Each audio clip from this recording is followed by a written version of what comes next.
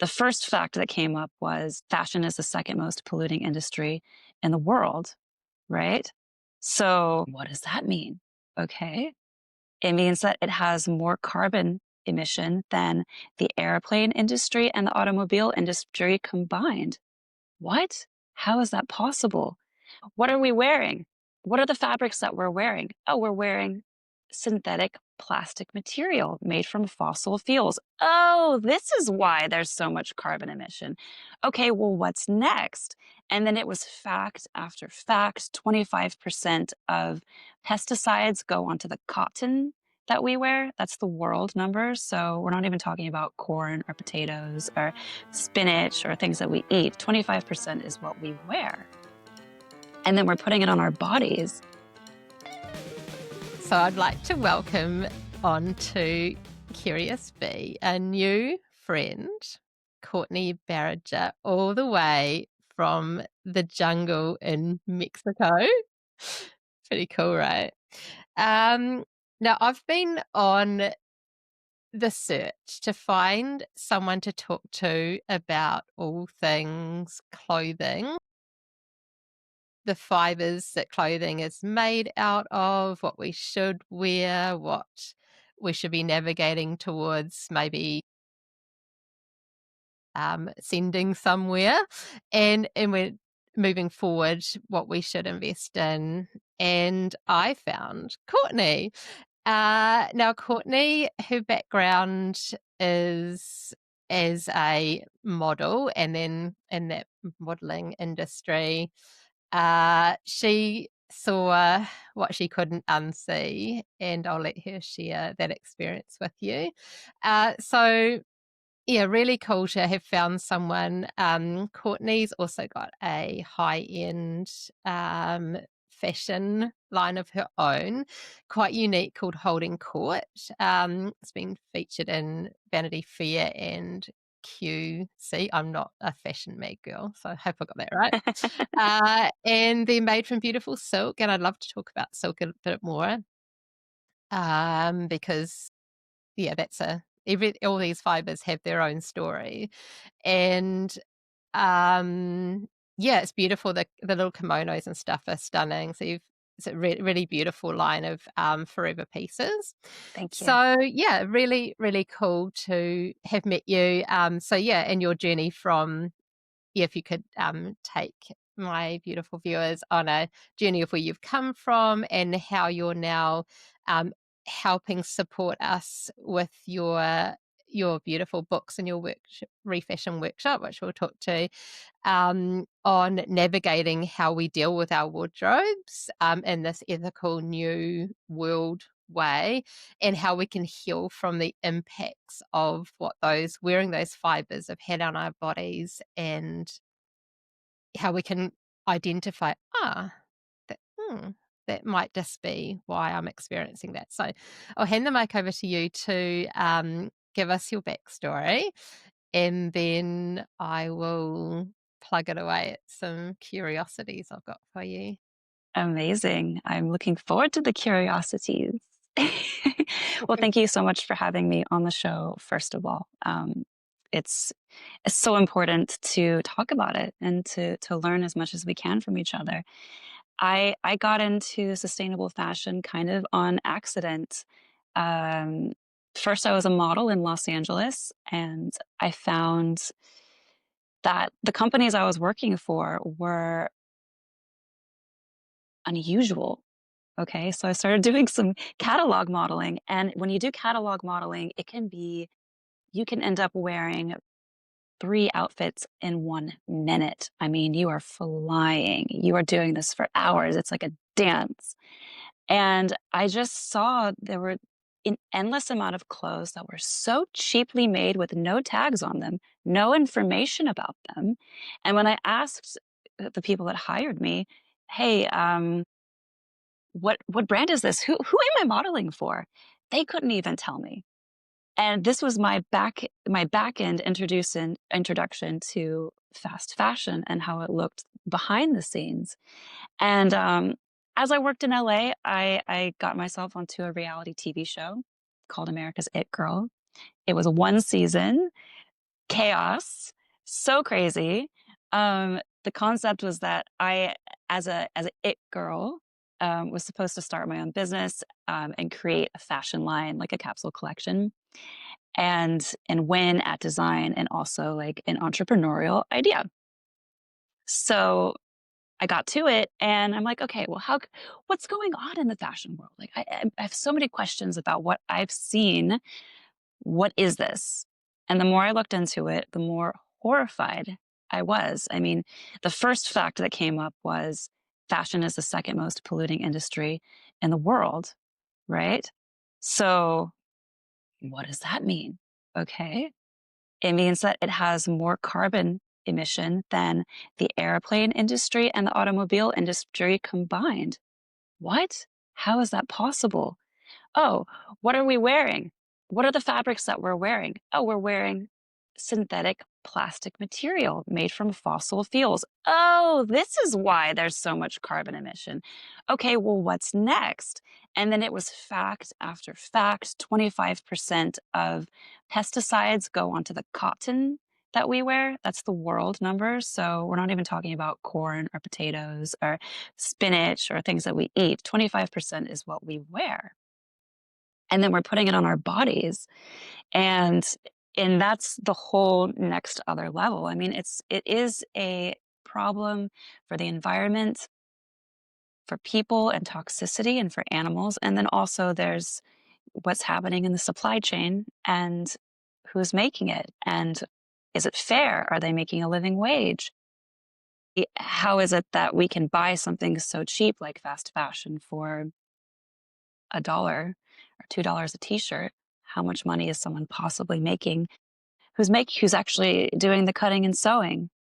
So, yeah, I found an itch that I couldn't scratch fully, and ended up just down that rabbit hole, and became I wanted all the answers. And so, unfortunately, there still aren't answers for a lot of these things because there's a lot of lobbying that stops progress. And it's also incredibly expensive to even test one fabric, and there's no regulation. So we're getting there. I mean, there is some regulation, and Mm. we'll talk about that. But yeah, that's how I started. And in the springtime, I published a book called Refashion Workshop that I'm so proud of and so excited because I got to interview some of the coolest people in the planet. Awesome. National Geographic Oh, wow. explorers, Very cool. celebrities like Adrian Grenier, and then like people that work in the lab at Cornell who are doing different toxicology reports. So Wow. yeah, my book it was just like for me, like at the time anyway, like the top information that I had, and now there's more information. So it Yeah. just never ends. No, because it's so funny, like, we had a little chat, about a week ago, and I was like, "Oh my goodness," I was so excited about, um, talking to you because you do know about this, about the frequency of fabrics, and you're like, "Ah, I didn't put it in the book." And it was funny when we chatted last time, I had merino on because I always wear a base of merino because it's cold here and you're in a singlet. And then I had like a linen jacket over the top, and then your little explanation was, well, you know that, linen cancels out wool, merino. So, I'd love you to fill us in on I'm so Yeah, fascinated with the frequency of fabric. it's absolutely crazy. So years ago, this doctor, her name's Heidi Yellen, she did an experiment because she was curious about fabrics, and what is going on a molecular level with fabrics. And so she tested them as sound.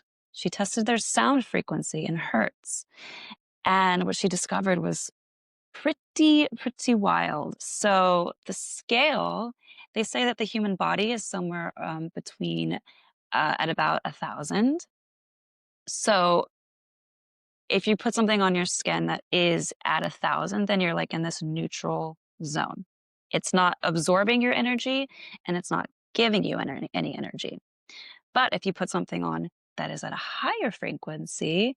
So we're talking about our linens and our wools. They're 5,000. So imagine you're actually like giving your cells a little bit of like a frequency boost just by putting it on top. Um, and who My knows what the goodness. implications of that are.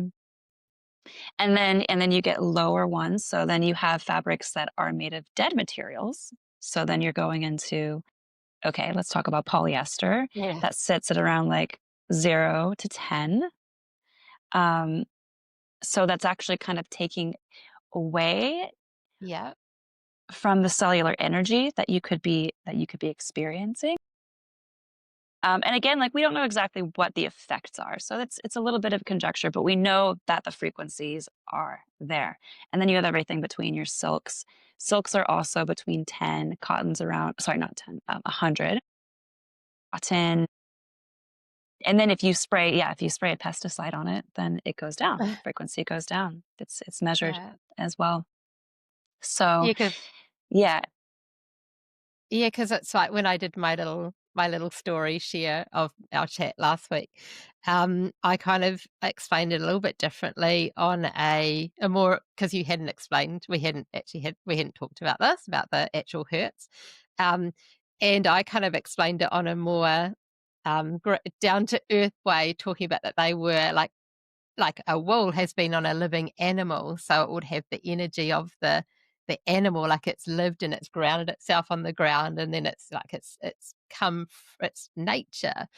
So I kind of explained it that way, which because I didn't, so that what are your thoughts on kind of that was my yeah, I think it's true, especially things like well, hemp they didn't test, but I bet Mm, anything that it's interesting too which part of the plant is used, right? So like yeah, we're talking about roots, we're talking about stems, we're talking about the cotton is like the little like leftover of the flower. So that's a whole different product on itself. Apparently, the flax, the bark has a higher energy frequency, and I think it's probably because it's like a two-way street. It's like the vein of the plant. You know what I mean? So imagine you're like actually wearing a different part of the plant. It's in contact with you, and the same thing with the animals, with the animal fur. I think it's sprouted from a living creature. yeah, makes sense. It makes sense. Yeah, it's like almost intuitive that you would say, "Oh yeah, this." I mean, like something capturing the sunlight is going to have a higher frequency than something that's been buried under the ground. Yeah. So how about what's the lowdown on like so it's all good. It's like I've bought this season I bought two. I've got one of these in grey and one of these in this kind of beautiful biscuit color, which I'm in love with. So how about so I might feel all good about, okay, well I've got, merino, but how about the dyes? What's the lowdown on the dyes? Okay, so dyes are very interesting because you have of course, the natural dyes that are plant-based that come straight from indigo or madder root, or you can Mm, get beautiful yellows from onion peels and beautiful pinks from avocados. These are really? all, Pink from avocado? yeah, it's pink as No you would never way. imagine. And the natural From dyes the you're skin? using Sorry, from the skin of the avocado? skin and the seed too. If you put them together, it's this really, really pretty pink. And in the binders that you use for natural dyes are usually a salt, but you also can use metals too. But when you dye a synthetic fabric, you have to use chemicals. There isn't a Oh, natural dye that actually is absorbed, that a synthetic fiber can absorb. So you run into some serious problems with dyes, like azo dyes. Um, there are heavy metals, serious heavy metals, lead and mercury in dyes. It's actually so toxic that it's illegal in a lot of EU states and in America, and probably Australia too. I haven't checked, but yeah. a lot of these factories are in Southeast Asia for a reason, because the regulations are much, much more loose there. And I've actually been to one of the rivers that it's called the dirtiest river in the world, the Citarum in Java, Indonesia. And it's because of all of the factories along the side of the river that pour all of the pollutants directly into the water unfiltered. And it's just a chemical cesspool. It's horrible. Like the people that live there have sores. They're getting cancer very quickly because azo dyes are a known carcinogen. So it's a big environmental problem. It's dumping into the oceans, and in Indonesia has actually one of the last remaining healthy coral reefs in the world. So we're counting on hopefully some more regulation and third party players that can hopefully Yeah. bring that to a stop. Or maybe we just stop using so much polyester and we don't Mm. have to use so much synthetic dye. Yeah, exactly.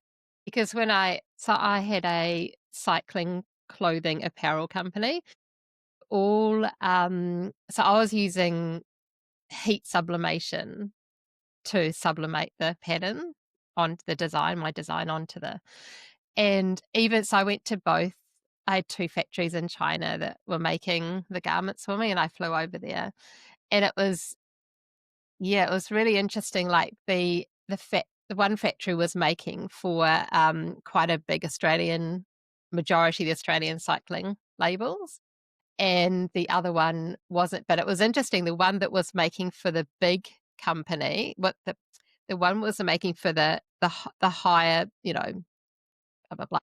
Their factory wasn't nearly the standard of the other one, and when I went into where they were doing the sublimation, like, the working environment, because it's hot, like, it's heat sublimation, and the waste, because they were sublimating, like, a whole sheet of fabric, versus the other factory that was like everyone was in like, they were in clinical jackets and it was immaculate. It was just so chalk and cheese between the 2 factories. And the second factory that wasn't that they were there's always yeah, anyway, blah, blah, blah. They were cutting the fabric first, and then so there was less waste, and their environment and their sublimation was way better.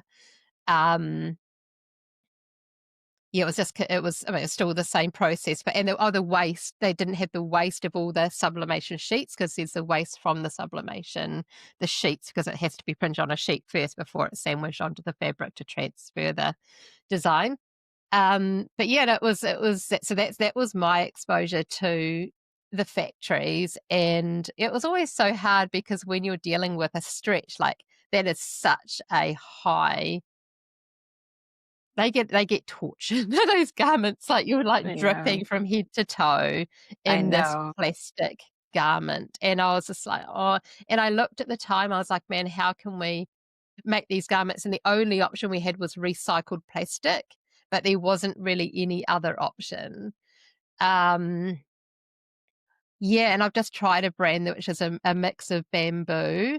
I'm sorry, this isn't cycling clothing, but just leggings, which is a mix of bamboo and recycled plastic, and yeah, really beautiful to wear. And I'm not sure, but yeah, it's really tricky. Like, how do you make, like, open to, like, your thoughts? Like, is there a possibility of how do you make that level of high performance garment? Um, how do you find fabrics to replace what the stretch that those really toxic fabrics have? And any ideas on sublimation? I don't know. Yeah. That was just my journey. Yeah. First of all, that was probably so eye-opening for you to see that, the difference between what it looks like to have like a full-scale huge company and how much waste goes into that versus when you have to pinch pennies and they're probably being a little bit more careful. Um, that must have been really, really, really eye-opening. Yeah, Yeah. just how 2 factories making the same garments can be one, so it was like, the honestly, just so the present, just it was immaculate. It was like it was a lab. And the other one completely different. Yeah, it was really, really interesting, but really important as a manufacturer. I think most people do go and visit factories. If they didn't, I'd be. You need, I think you do. Like even the person who actually ended up helping me um, build my company at the time, she worked for these brands, but you wouldn't know, so I won't mention them. But yeah, they were some bigger. You get the mail catalogue and the post. They're big, I'm going to say like Easy Buy, Posty Plus. I don't know if that you get those brands in America, but Mexico.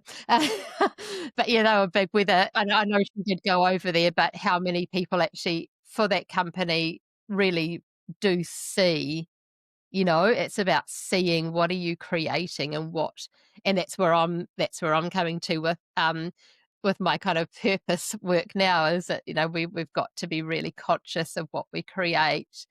And because we can't just keep going down this path, it's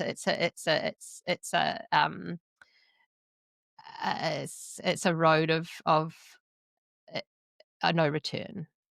Perfectly said. Sustainable. It cannot be sustained. Yeah. Mm. Road of no return. So Yeah. yeah, thoughts on So those so fabrics and thoughts on the fabrics, thoughts on the fabrics. It is incredible how active wear is now like a second skin for most people. Like I see people go to the airport and it like this is what everyone wears just on a daily basis now. And because it's becoming more popular than blue jeans, right? I think it's kind of taking the place. It is concerning uh, for two reasons. The first one being that a lot of these fabrics do have so much plastic in it, and it's probably leaching like BPAs into your bloodstream, right? And you're wearing it in all of your intimate places where you're sweating, and your skin is a two-way street. It's letting out, but it's also pulling in. And the second part is that this plastic barrier is now holding what you sweat out against your skin. It's not letting what should be detoxing out of your body to evaporate and disappear. It's actually you're pulling in toxins and then you're pushing out toxins and holding them in place. That's why a lot of people get rashes after they work out. I'm like, why am I having a rash? What is this? It's because you're detoxing, but you're like you're in your toxins, you're living in them. It's pretty gross. So, what do we do when the world, when 8 billion people want to wear this? First of all, we have enough clothes to clothe the next 6 generations. So, we don't need to make any more. And I truly believe that if we replace things at a 30% rate, or like a 33% rate, that a tipping point will happen. So people need to know that this is what's going on when you wear these clothes. Like you're disrupting your hormones and you're swimming in your own toxins, plus the other toxins that come with it. And some of the replacements that you can get in the meantime are, yeah, it's the bamboo, the viscose, the cotton versions. It's okay if it has a small amount of polyester right now. It's kind of hard to avoid because the natural version of it, like the elastanes that come from rubber trees, we just don't have enough of it. Mm. And if we were to make enough, it probably would be a synthetic version of that too. Um, you know, so it's tricky. We actually need to plant more forests. Rubber trees are actually living trees. I don't know if you've ever seen it, but They go crazy. I had one in my lounge for a while.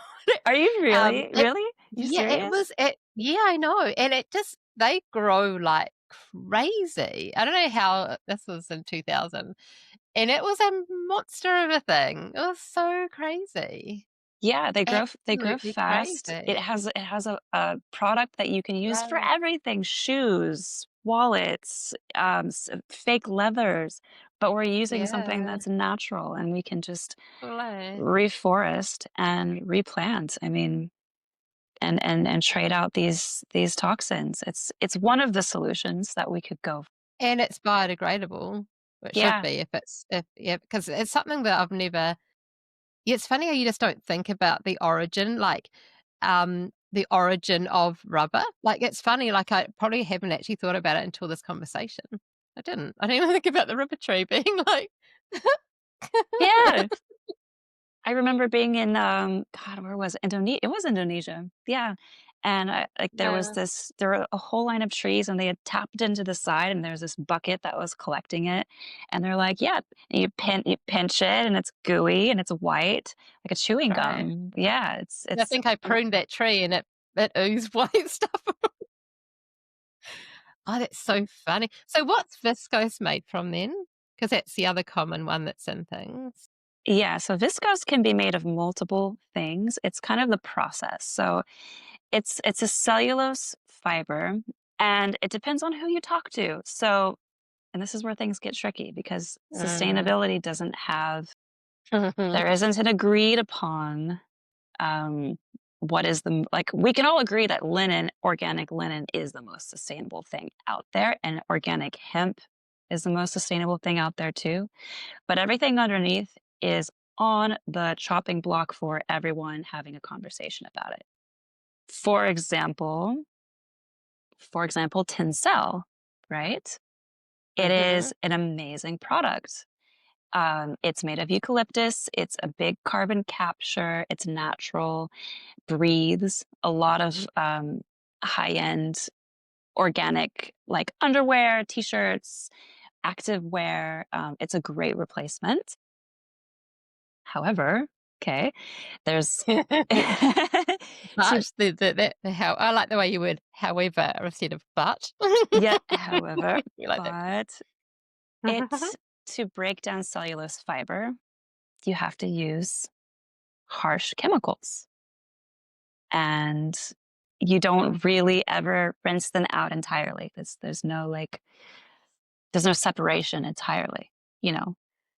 Now, proprietary brands like Lensing um, that make Tencel will not let you test their chemical bath. It's yeah, it's under a patent, and that's the other thing about fabrics that's still the Wild West is the lobbying that protects brands from having their fabrics tested, but also it's like $20,000 to even test one thing. I mean, for example, there's this amazing documentary coming out. So it's called Let Them Be Naked, and I've already seen it. But there's this woman, Mhm. and she had breast cancer, and she sued Victoria's Secret and said, "This bra, my bras are giving me like it's giving me like it hurts when I wear them. Like I'm red and I have bumps, and nothing else is doing this to me but these bras." And then after she got breast cancer, she sued them. And what they did, she did not win, by the way. But what they did afterwards, she kept the bra and they tested it in this documentary, and it was something like 80 times the amount that is of formaldehyde in the lining under the cup, under the breast of what is Mm. allowed for food, for because again, there's no regulation in fashion, but they have regulations for food, they have regulation for work site. What is the safe amount to have it? And this was like 80 times over what was considered safe. So chances are it was that bra that gave her cancer. Scary Yeah, times. because I thought it was the underwire. That was my understanding, was just it was just the underwire. So I don't wear I just wear sports bras. I've Yeah. been doing it So for years, so but I there heard that. there's the pressure of the underwire on the lymphatic system. So like your lymphatic system can't clean itself of the toxin. You're going to get sick. But meanwhile, it's leaching a known Mm. Oh my carcinogen goodness. into your bloodstream in the most delicate areas. I mean, you're covered in lymph and those glands and everything. So yeah, I know. I know, and then there's deodorant. The whole, oh Oh my my goodness, it's God. like, So hard to be like, it's so hard to live. Why can't we just, how did we get it's here? How did we get here? yeah, well, there we go. There we go. Good lead in, Courtney. What is the background of how the fashion, this whole, because yeah, when I was a kid, I remember like, mum, it was so beautiful. We didn't have a whole lot of clothes shops there.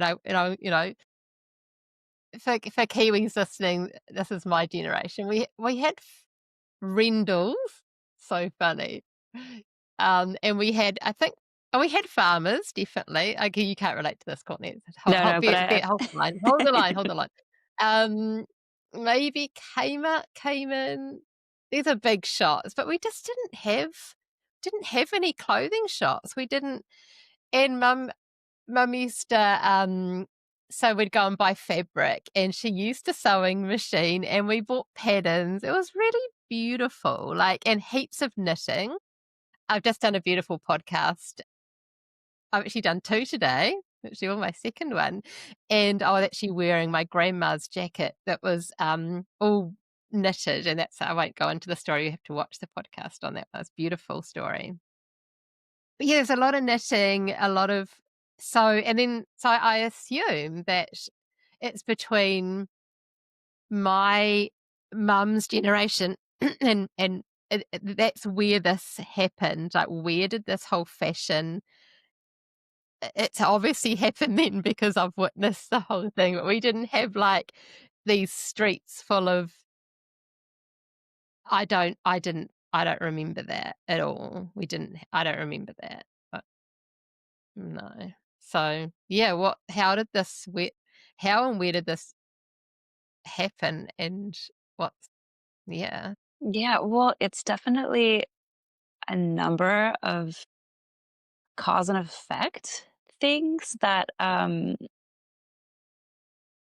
well, first of all, the the use of polyester, right? It was invented in the 1940s, and it's a byproduct, of course, of the fossil fuel industry. And in the 60s and the 70s, it was considered like the holy grail of like this brand new, amazing, innovative product. I mean, it kind of is. I mean, you can make it look like silk, you can make it look like fur, you can make it look like you can make it look like anything. And we have this population boom, so we have to dress the world, and then of course it's so much cheaper. So that's one reason it became very popular. It was not, I mean, of course, corporations didn't realize that it had BPA's. Those weren't even discovered, or any of the chemicals that are No. used to flatten it, to make it soft, to make it pliable, to color it. I mean, these are things that have been made over time. I actually truly believe that it wasn't created with the intention of evil. It's just now gotten so out of control. Mm. Um, but yeah, but then you had the 90s, and and it, you can ask different economists, but some people say that, Bill Clinton opened up trade again into China and into the Eastern world. And before that it was pretty closed, and all of a sudden now they could make everything in the world much cheaper. So the Western world now started turning to the East to make all of our goodies. And we just got them so much cheaper. And I think it became an addiction. It became just normalized. You could go to the store. I remember too, like even my generation, think clothing being expensive, and you would get one, like 2 or 3 nice pairs of jeans, maybe a year if you're lucky, if you're growing, you know what I mean? And then like the rest of the year, you're just kind of like, okay, maybe a t-shirt, maybe this. And then one day I went into a store, and I think it was Forever 21, and there was every single thing that looked like the runway, and it was under $20. And oh my God, it was like a miracle. Like I could look cool. I didn't have to look like I was from like, Florida. Like I could look like I was from anywhere. But yeah, it's a combination Mm. of just making things cheaper and then available and then everyone taking advantage of that and it becoming the complete normal. And now it's on crack. Now it's completely on crack.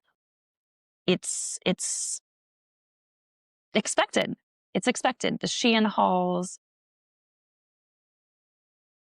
yeah, it's in some ways that it's gotten so crazy is actually Mm. people care about it now. Like France is shutting down fast fashion. Germany just put a rule about formaldehyde that can't be in fabrics.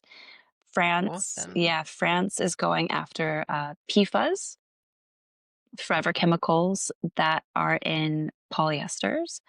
So I think Are they on the tag? How do you know? How do you know? you don't. You don't know. It's not tested. They don't test it because it's so expensive. But they're going to have to. I think the more people that know about it are going to want to have that transparency across the board. Um, it's been tricky for like certifying bodies because, okay, you can have the crop that didn't have any pesticides, but then you get it to the factory floor and now they want to put a softener on it. Okay, now they just sprayed it down with PFAS, but it can still say organic because it was grown organically. See what I mean? Like there's parts of the process that nobody is regulating. There's no middleman or no certifying body to look at every single step that every company takes. At this point, it's self-elected. If a brand says, "Okay, I'm going to do this correctly," they actually have to shell out from their own bottom line to have to pay for certifying bodies. So it's like it's Mm. self-elected right now. Isn't that That crazy? that is so fast. How do they test for it then? They don't test, they just check for if it was put on or not. So they're not really testing it, they're just there for the process. So they don't cut a piece out of something like that example about the Victoria's Secret. They must they don't Nope. under a microscope look. No, How no, do you no, it's so expensive.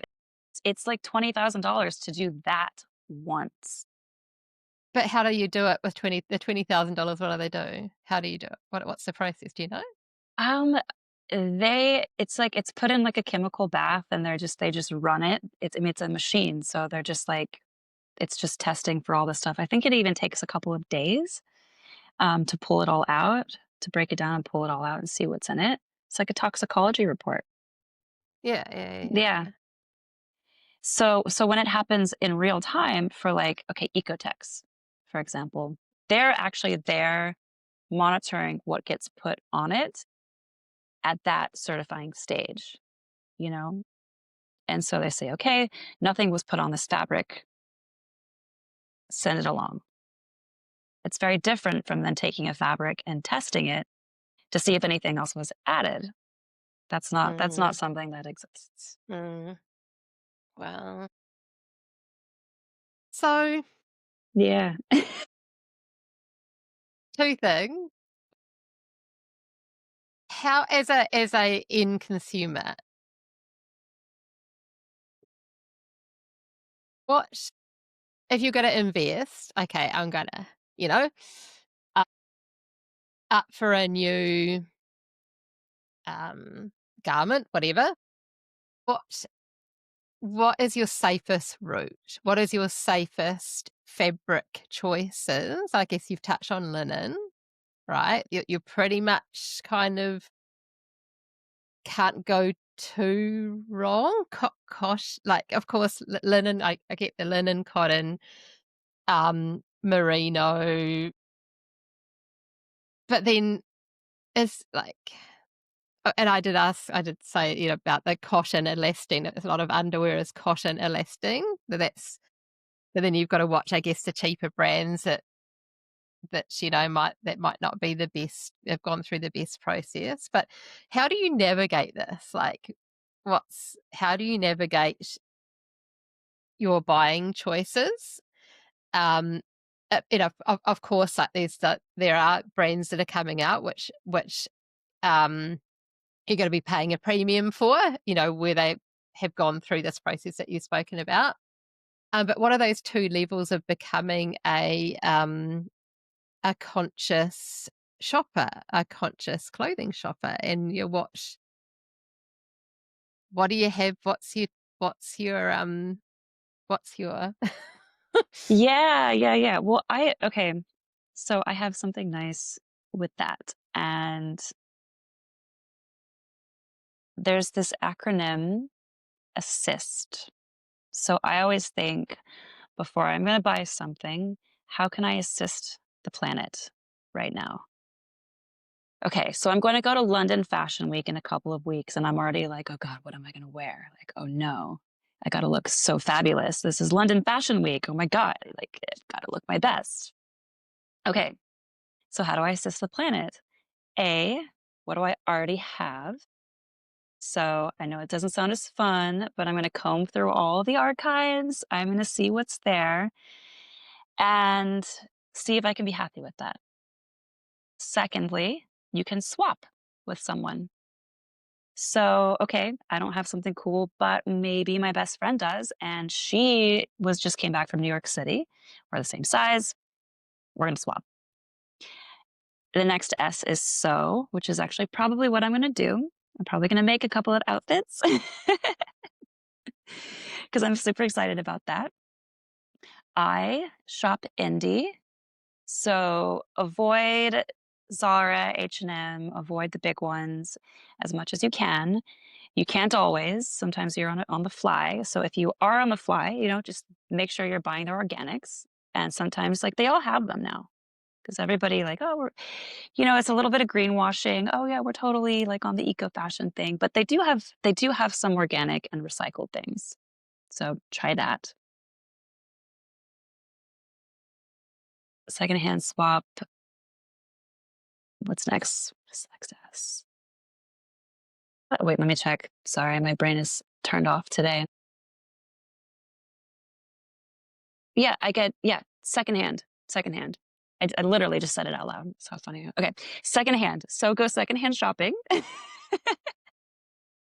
And then T, shop traditional. So if you need something new, if you need to get like, you know, brand new something, get your t-shirts brand new, get your pants brand new, get your underwear brand new. But for the most part, definitely? yeah, get your underwear brand new and make sure that it is organic cotton or organic materials. Like you're going to be looking for the very best. But if you're going to get firsthand, make it traditional. But if anything else, you can probably find in a thrift store, to be perfectly honest. And if you want to be more of a stickler, just avoid the polyesters as much as you can. And if you do have something super sparkly that you love that like you can't help it, uh, wear something underneath. Wear Yeah, something, that's yeah, all. that's touching your skin. That's gonna be, that's Mm. gonna be your cotton. Yeah, layer up. Yeah, I love that. Yeah, I think that really is. Yeah, yeah. Think about the thing. It's like, yeah, layer from the layer that's intimate with you every day. Make that your priority. That's your investment. And I'm even like on the weekend, I was just like, I was walking around this beautiful forest. I had some gum boots on, and I had acrylic like socks, and they were squeaking. It was so gross. I'm like, ugh. And so on the weekend, I came back. I'm like, right, next priority of my forever wardrobe, is I'm going to buy some really beautiful, high quality socks. And so I did. They're like normally $50 a pair. This is New Zealand, so it would be like way cheaper on your side of the world. And they had their like end of winter. I was like, sweet. So anyway, so I bought like 5 pairs of Possum Merino blend, really, really good quality socks. And I'm going to hand wash them. Like they're not going in the washing machine. They do have a small amount of stretch. I assume that's hopefully elastic. And I'm just going to really look after them. I don't need any more than 5. So I've got one little like ones you can wear with sport shoes, like the little anklet, one. I only really need one. And the rest are all like, nice and boom. Like that's how that's. And then all my like bras I'm wearing, these are the bamboo with they're called Elite, a beautiful New Zealand brand, and yeah, and they're this, and I hand wash them, Yeah, yeah, and just yeah, take yeah. the little liner, the little see that's they do still have that little little thing, Padding, so you don't yeah. have a Pointies. and it, you know what I mean. Yeah, but and underwear I'm replacing, as they you know oh yeah, Yeah. going bamboo blend or organic cotton Hey, it's okay to blend. have Yeah. like, your fun panties for when it needs to be fun. But like you shouldn't be wearing them for very long anyway. So I love it. But maybe don't support Victoria's Secret right now. no, yeah, yeah, Let's yeah. You can find so many beautiful alternatives out there. Oh my God. Oh, funny. No, that was beautiful. That your assist. I'll give you that one back. That was so that was it was perfect. It was so so perfect.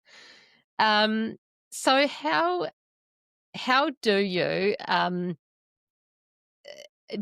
and so your refashion workshop, um, do you just want to explain a little bit what's in that beautiful piece? You've actually already shared some of the beautiful things in that piece of work that you've produced. So I'd love you to say a little bit more about that, and then um, and what out is that the document that will help you with the detoxing protocol? And I love that it's Ayurvedic. I'm like, no, we're talking. That's so cool. So I'd love you to talk about the beautiful resources, the Refashion Workshop, and um, is that the piece that we invest from you for the detoxing, or is there a separate piece that I'd love you to talk about? The detoxing and the symptoms that you might be experiencing, like what you said about the rashing. I'd love you to touch on that. That'd be amazing. Yeah, yeah, yeah. So yeah, where do I start? Refashion Workshop.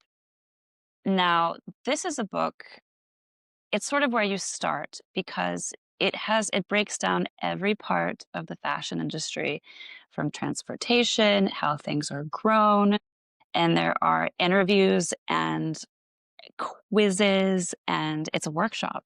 So this is actually very personal for you. My point my point of that book was to make it so personal that it actually becomes your calling.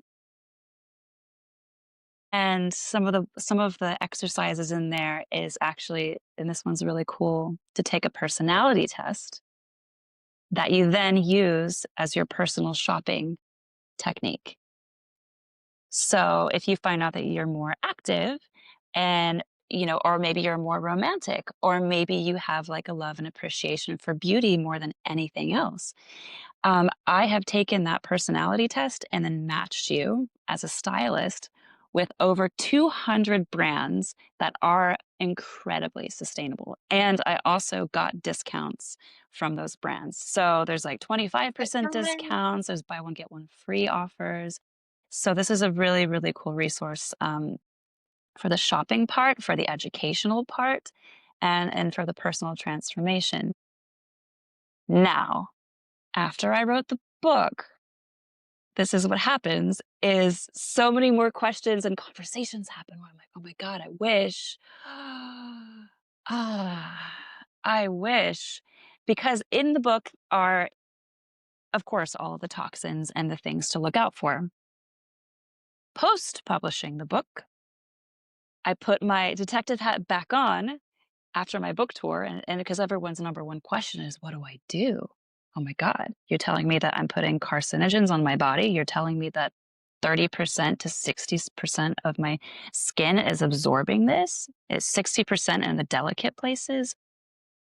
What do you like? So how do I okay, now I have to answer that question. I have 2 certifications in Ayurveda. So it's something that I love and dedicated to is also body work, body healing. I mean, it all kind of speaks the same language to me. So following up with Refashion Workshop, I made a detox protocol.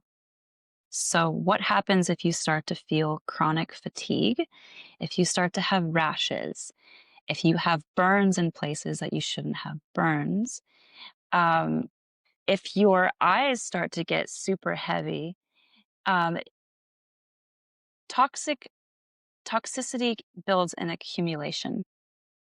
So wearing clothes alone probably won't affect you unless you have a pre-existing condition, which a lot of people do. Autoimmune disorders, eczema, things like that. You're automatically going to feel something because you're already more sensitive. But say you have say you're the average person and you get sick and you're wearing synthetic clothes, you're actually going to recover slower than you would Mm. wearing something natural because you're not able to detoxify. It's that same thing we were talking about earlier. You're holding all those toxins in on you. Your body naturally knows how to take care of itself, but you're actually preventing it from doing that. So, what do? I'll give you a couple freebies because they're pretty fun and they seem pretty common sense, uh, and and they kind of are, honestly. One, you should be sweating every day. Mm. Your skin wants to get rid of that stuff. It's holding it in. And every day you should be sweating. In Ayurveda, they say for 20 minutes.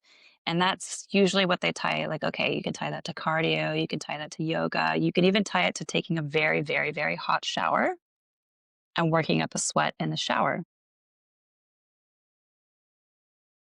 So that is one. Another one is you can actually put a protective barrier between you and your skin and the rest of the world. And you should be doing this anyway because of like the pollution in the air.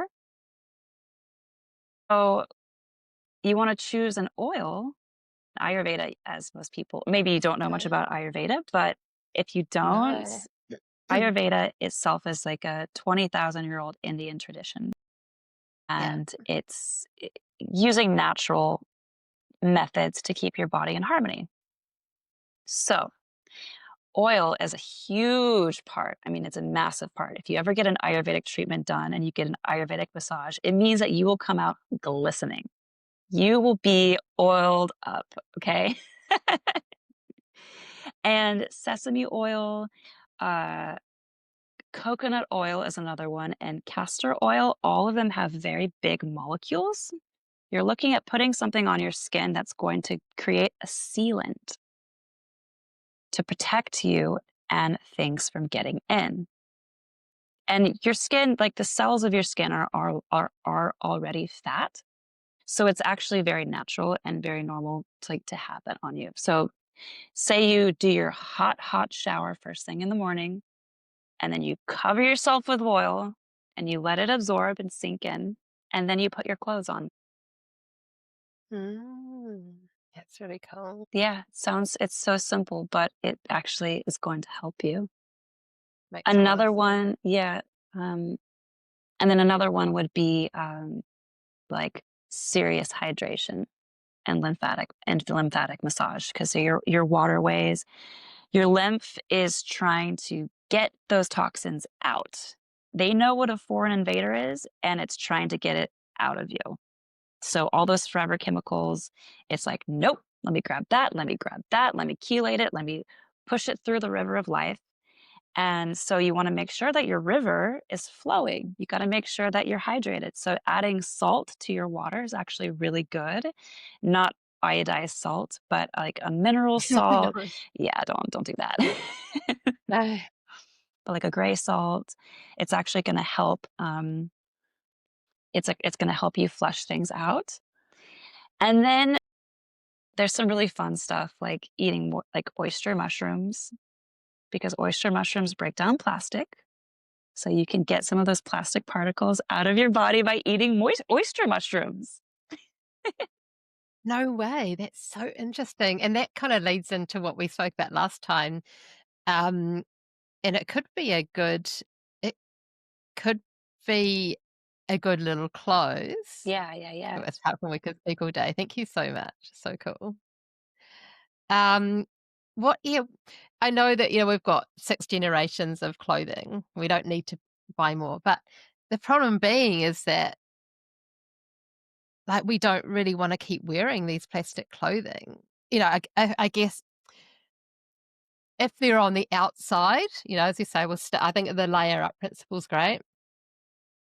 But how do we deal with them? Like, they're still going in our washing machine and they're still swirling around.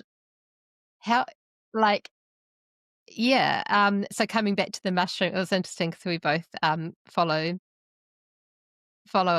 someone who's a hero diaper, so Mickey, who's, um, yeah, has just created these diapers where you put, like, a little mushroom mycelium in the diaper when you throw it away, and it eats the plastic, and then it, um, hopefully, like, it'll multiply, and then start eating all the rest of the plastic in the landfill. So, yeah, how I guess we were kind of talking about that, how cool it would be if we could, maybe we just need oyster mushrooms in the landfill. I mean, that would be a huge if it's oyster. I wrote down the other 2 because I was like, "I've never even heard of these." Mm. Bear with me. I don't even know. I'm gonna butcher this so bad. Pestaloteuopsis? Pestaloteuopsis mushrooms and, asparagus. So, those 2 mushrooms as well, which I think are much harder to find, but oyster mushrooms Mm. everyone can find. Oh, yeah, And totally. it would be really interesting to see if that's what we do in the future for the landfills, because they say, the plastics have a 400-year shelf life. So, what are we going to do with all the plastic that we made? And we can keep recycling it. First of all, we shouldn't be making any more. We No, shouldn't no, be making no. any more at all. Mm. This is ridiculous. Like No, we that's ridiculous. yeah, we could be recycling for forever for the rest of mankind with what we have. Yeah. But what do we do with it? I Mm. mean, okay, we hate on plastic. We do hate on it. But think about its uses. It does have medical supplies. That's one of the few places that I think it's almost irreplaceable. So we use it there. We use it in the places that we must. Maybe we need to go to outer space using plastic. I don't know. Um, but here on Earth, we should be thinking about how we can rapidly break it down. And I think those mushrooms are a really cool idea. Yeah, so maybe we just need to collect all this clothing and sort it and kind of anything that's not an outer, like we rank it and say the outer outers maybe can stay, and but the inner inners need to go, Yeah. and whether short term they can either be composted with with this kind of organ. Look at us trying to solve the problems of the world. Woo, let's go. And a bit of a sorting process, right? And just get them off our skins. And I love the idea of the protective layer, the barrier. If you do have to, would the oil help? Like if you had that kind of maybe? Yeah, absolutely. It would help. It would help with if and most of the world can't afford organic I cotton stuff. know You know what that's I the mean? problem. But they can afford cooking oil. Even something like that would be like I mean, It's so sesame oil is interesting, huh? it is a cooking oil. But it's funny, like it's funny you say that. Glad you brought that up because it's like castor oil. Like, that's something that all those oils are just, the only thing I cook in is coconut oil and, of course, like tallow, like the bee's knees, But it's funny, like, it's okay to put, this is sorry, I'm getting confused between canola oil and castor oil. Castor I'm getting yeah, confused, yeah, yeah. castor oil is All good. the big I'm like, no, no, no, no, no, no, no. it's not. No, no, no, it's not a polysaturated fat. No, no, no, no, no. Exactly. Oh my god. That's all good. No, I'm getting just that it's actually I'm glad I brought it up because there'll probably be someone else that will be getting confused because 'cause they're so close, aren't they, Yeah, oh, no, no, in no. name? It's this beautiful bean that's inside of a spiky little plant that grows everywhere. It grows in Turkey, it grows in California. I've seen it all over the place. Grows on the side of the road, but it makes No this way. lather, like this beautiful oil. It's like one of the densest, richest oils that there are. So I use it every day. I love it. Castor oil is my favorite oil. It's so cool. I ask everybody that comes on this very special little channel, um, if you were to have a mic in your hand, as you do now, well, you've got your wired ones because your mic was being Old being school. temperamental, but it's worked beautifully, better than wireless. And you were standing in front of the world, like you're up on stage, you had a mic in your hand, and the world was in front of you, and you had that moment of something to say, what would you say? Oof. Oh my God. Does anyone know what to say? I think I would say that in this short time that we get to be on this planet amongst everyone, that we always lead with love, and that will solve everything. If you're leading with love and you truly put that in every aspect of what you do, like including the clothes that you buy, you're going to want to buy clothes that aren't going to hurt the planet and that aren't going to hurt your child or your parents who you buy a gift for. If you lead with love, I think it solves everything. Yeah, beautiful. Yeah, and that also is a beautiful to think thing to think of, with, that with when we wear a garment, it's infused with our energy, that's another beautiful thing on top of frequency. And yeah, just, yeah, on multiple levels, maybe like the little thing when you're buying secondhand, like give it a little bit of a, Sage. Yes, don't you love yes. that? I knew it. Just stage it, clear a bit, it's, energy because it's, whether that be positive or negative, that's experience that it's had, give it a cleanse, before it becomes, infused with your energy. That could be a nice one too. Yeah, because everything, has energy and frequency and we just remember it. That's a I love that. I love that add on. Mm. Thank you, thank you, thank you. It was perfect. Everything's perfect. Thank you so much for having this conversation with me. Like it's No, it was amazing. yeah. So special. And, I'm gonna have you on again because there's something that we couldn't talk about, and I've had a little bit of a behind the scenes little sneak peek. And Courtney is writing the most amazing movie for 8 to 10-year-olds. Yeah, 12, 18, that kind of demographic, using her, beautiful mission here, and all about the creation of garments in this movie.